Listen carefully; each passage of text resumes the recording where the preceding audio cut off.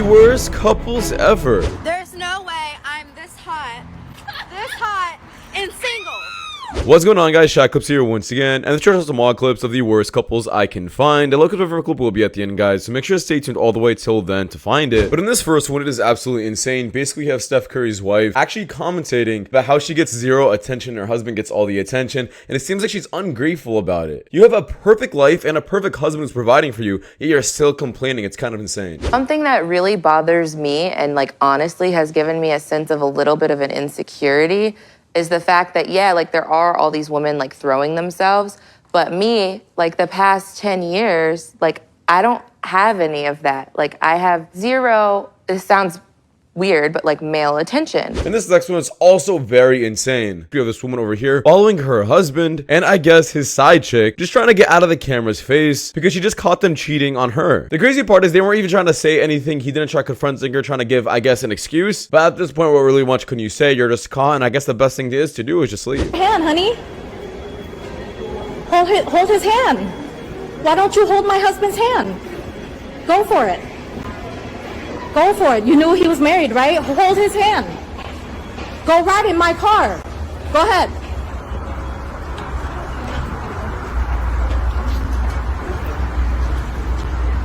Why aren't you holding his hand? Hold his hand.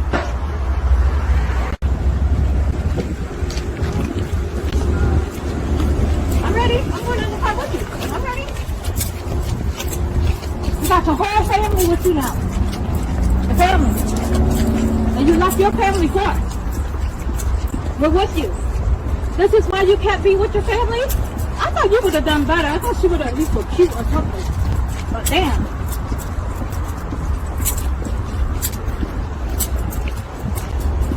Say what it is. Let's go to the courthouse right now. Go. All your shit will be non-existent. All of it.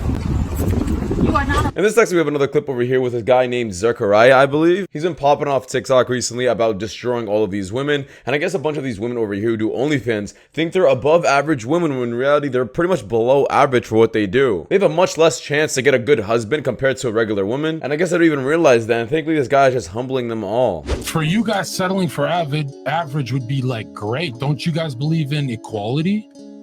No. Are you saying we're average? I mean, are you guys fucking Kim Kardashian? Yeah, do you think you're above average? What's wrong with average? I mean, are we talking physically? Are we talking personality? Are we talking overall? In the dating marketplace, you're 25 with an OnlyFans and you're saying that you don't want to settle for average. Do you think that you're above average? Do you think you're better than this average guy that you're talking about? You're better than a firefighter or an electrician? Give me a fucking break. If that's all he wants for the rest of his life, then yes, I think that I'm better than average. What makes you better than him? I want more for myself. Like what? Money. For what? For opportunity to travel. Jesus can't save these hoes. And this next I found this absolutely hilarious. I guess this old man still has some riz built into him, and this woman absolutely loved him. What's your name? All night long. All night long. And this next one, I guess, is comedian over here ended up giving a pickup line that was absolutely hilarious that I feel like would definitely work out in a club. I may not be the best looking guy here, but I am the only one talking to you. Somebody asked me recently, what's the difference between dating in your 20s and dating in your 30s? The difference is that in your 20s, you date. In your 30s, you don't. And this next we have this man over here. I guess he's talking about how the child support system is absolutely effed up. Now I did bring this up in the past on this channel, how it just makes absolutely no sense. Why is the man gonna go to prison for just not paying the bills? We are literally forced to pay or else we're threatened with our lives. And the second thing is just how people spend the money on child support. Women are always with Gucci bags and such, and they never even spend it on the kid, and the kid's always starving and hungry. The problem with child support. Let's just say a nigga had a kid and maybe he's not in the best predicament right now to call for bread to help the mom. So you gonna take the nigga to jail? God damn! And then you gonna keep charging his ass? I mean that's slavery, my nigga. And if you gonna have child support, put it on a card that can only be used at Walmart or some shit. Cause it ain't no reason. Are you sure this isn't personal? No, this ain't personal. But Well, it is to an extent, because I done seen my aunt do this shit to people. Like, the kid, he was cool or whatever. He hung out with me a lot, and this used to be like, "Do you have some food?" And I'm like, "Nigga, you ain't got no food at home?" No. But she around here walking around with Gucci bags and shit. Like, you a scumbag. Your son around here hungry as hell, but your ass eating on the low. Like, that's crazy. And this next one, I don't like this clip at all. You guys let me know what you guys think in the comments. Some comments in the video were actually swayed on both sides, saying this is actually a good idea. However, I feel like this woman's encouraging cheating and just not telling the other person about it, and just keeping your mouth shut just so you can stay in the relationship and have a better life that way. In my opinion, I feel like you just should say just don't cheat instead. And if you do cheat, admit it. Because I feel like deep down, if you cheat on that person and you don't tell him, you're just gonna be more inclined to do it again anyways. So I don't agree with what she's saying at all. Being drunk and cheating, ever a good excuse? No, it's coming out. Like, clearly you had that, maybe, that desire soberly anyways. Yeah. I don't know. I believe my mom has always told me this, and this is what she told my dad when they started, like, in a serious relationship. She was like, if you're out with the boys and you get drunk and you make out with some girl, even if you sleep with her, if that's a one-time thing and it's never going to happen again and you fucked up, never tell me. You carry that burden yourself. Because you tell me, I'm going to break up with you. What if we're meant to be together? And that was just you being stupid. And she had seen so many of her friends go through that with a dude where they're like, oh, fuck you, I'm going to break up with you because I need to be respected. And then they never ended up finding a love that was on that level. And it was because they were young and stupid. If you're in love with someone else, you need to end things with me. But if it's a one-time thing, I never need to know about it. That's a weight that you carry on your own. Mama dropping knowledge over here. And this next with this woman over here ranting about why it's so hard for her to date at an older age. I think she's like 30, and saying all the men she comes across now. And in my head, I'm like, it's your fault. You're 30 and still single. You should have used the time when you were younger to find a good man, but now you're in this situation. If you're dating in your 30s, you have three options, okay? Number one is a 22-year-old that's got mommy issues that thinks he's God's gift to earth. No, thank you. Number two is the 30-year-old, same age as you, that is so traumatized from his past relationship that he ain't got shit to give. So what's the point in that? And number three, you've got your 40 to 50-year-old men that you think, oh, maybe they have their shit together, they know what they want. No, because they're so traumatized from their divorce because their ex-wife cheated on them that they're out fucking partying like they're 18 again. I quit. And this next woman brings up a very valid point, which is, I guess, red flags after you break up with one another. And I think this guy brought up the biggest red flag yet. I hate how people do this. Just listen to what he says. Talking shit about exes, I think, is a big red flag. I'll tell you what's a bigger red flag than that, still being friends with your ex. I can't tell you how many girls I've dated that the entire relationship, they go, I can't block him, like, we're still friends. And I'm like, look, you can read our text message. I go, this motherfucker is still flirting. I can't block him. Like, it would create like a weird energy. We're in the same friend groups and stuff. The moment we break up, I'm blocked. So it was that easy the whole time.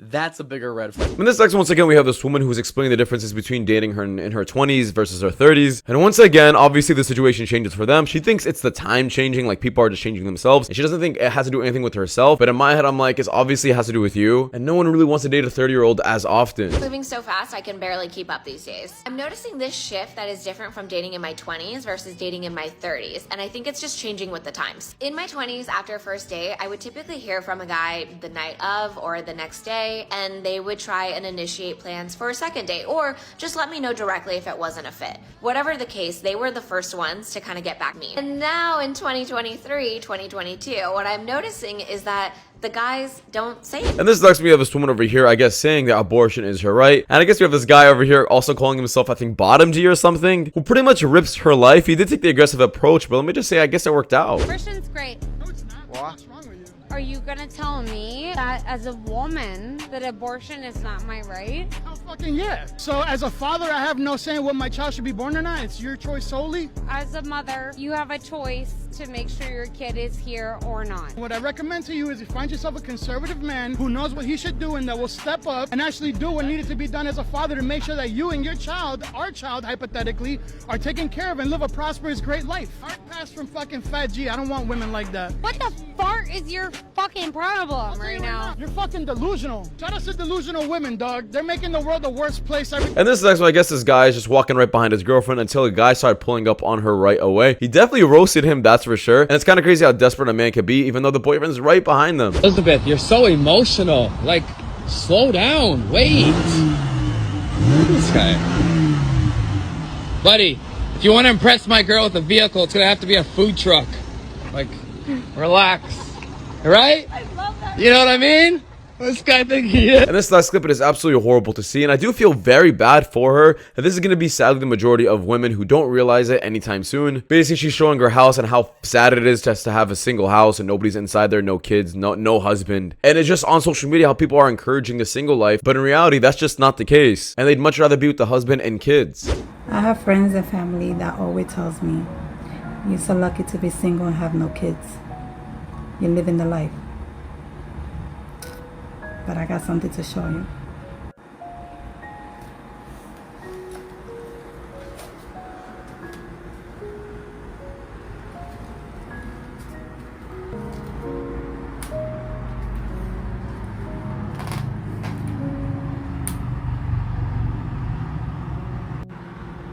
Sorry to say, but the lucky one are you.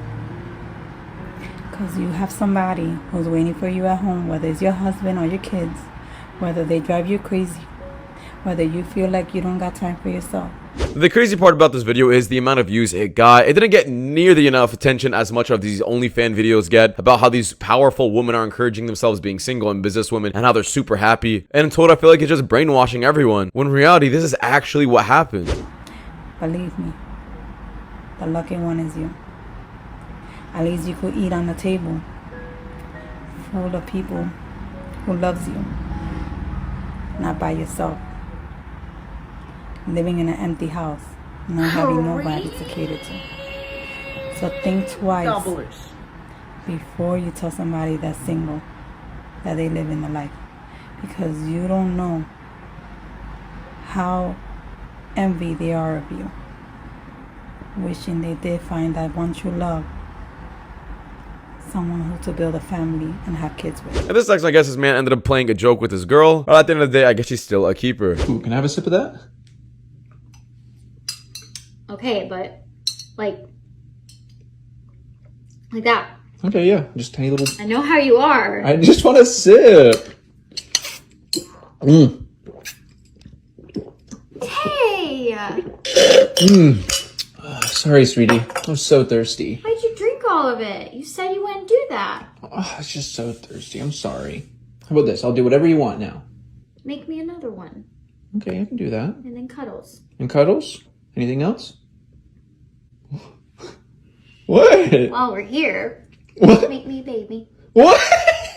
You said anything? No. In this section, I guess we have these women over here, and I guess they're saying that body count doesn't matter for a woman, yet they're the ones that are single and older, and I guess over here trying to have a good time. Like, how much longer do they need before they end up like the other women in the other clips I've showed you guys? But I guess everybody has their own journey before they end up like them. Woman who's 25 on average, what do you think her body count would be? Anywhere between 18 and 30.